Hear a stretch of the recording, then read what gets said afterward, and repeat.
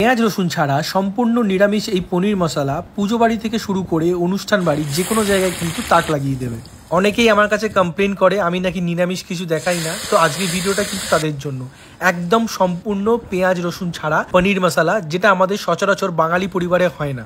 ঘি আর গরম মশলা দিয়ে বাঙালিরা যেভাবে পনিরের ডালনা করে, এটা কিন্তু সম্পূর্ণ তার থেকে একটা ভিন্ন রেসিপি, কিন্তু স্বাদ এক কথায় অতুলনীয়। রুমালি রুটি থেকে শুরু করে পরোটা, বাসন্তী পোলাও, এমনি ভেজ পোলাও সবকিছুর সাথে কিন্তু অসাধারণ যাবে। তো কিছুই না, এই সম্পূর্ণ নিরামিষ পনির মশলা বানানোর জন্য প্রথমে আমরা কিছু কাজু, এখানে 25 গ্রাম মতো কাজু আছে, যেটাকে আমরা ড্রাই রোস্ট করে নেব।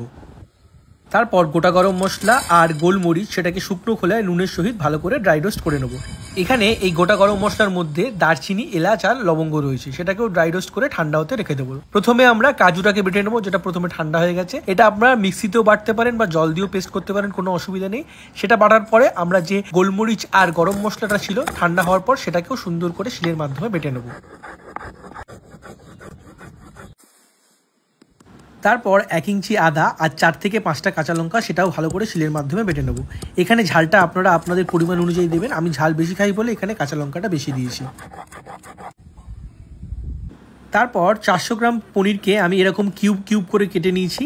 আমি যে পনিরটা ব্যবহার করেছি, এই পনিরটা কিন্তু না ভাজলেও চলে, বাট যেহেতু আমি এখানে দেখাচ্ছি ভিডিওটা, তাই আমি ভেজে দেখিয়েছি। এই পনিরটা এতটাই সুন্দর খেতে, সেটাকে ভাজতে লাগে না। আপনারা যদি এই পনির সম্বন্ধে ডিটেলসে জানতে চান আমাকে জানাবেন, সেটারও কিন্তু একটা ডিটেলস ভিডিও আমি বানাবো। তারপর কিছু জলে, রুম টেম্পারেচার জলে, তার মধ্যে নুন দিয়ে ভালো করে গুলিয়ে রাখবেন।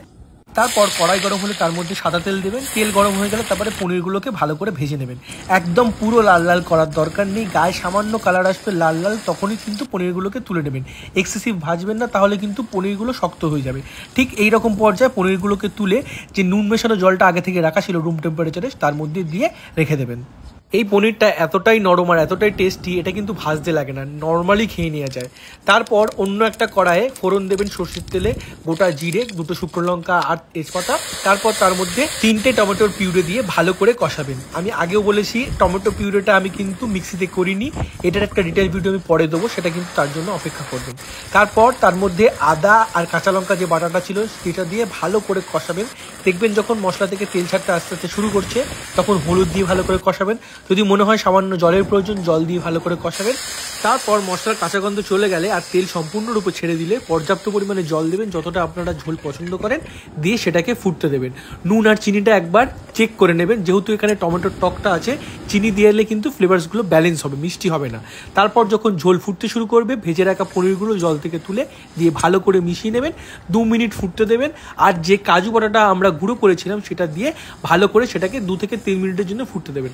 কাজু বাটাটা দেওয়ার ফলে গ্রেভির যে ঘনত্ব, সেটা আসবে, টেক্সচারটাও কিন্তু দারুণ হবে, আর তার সাথে কিন্তু রিচনেসও আসবে আমাদের এই পনির মশলাতে।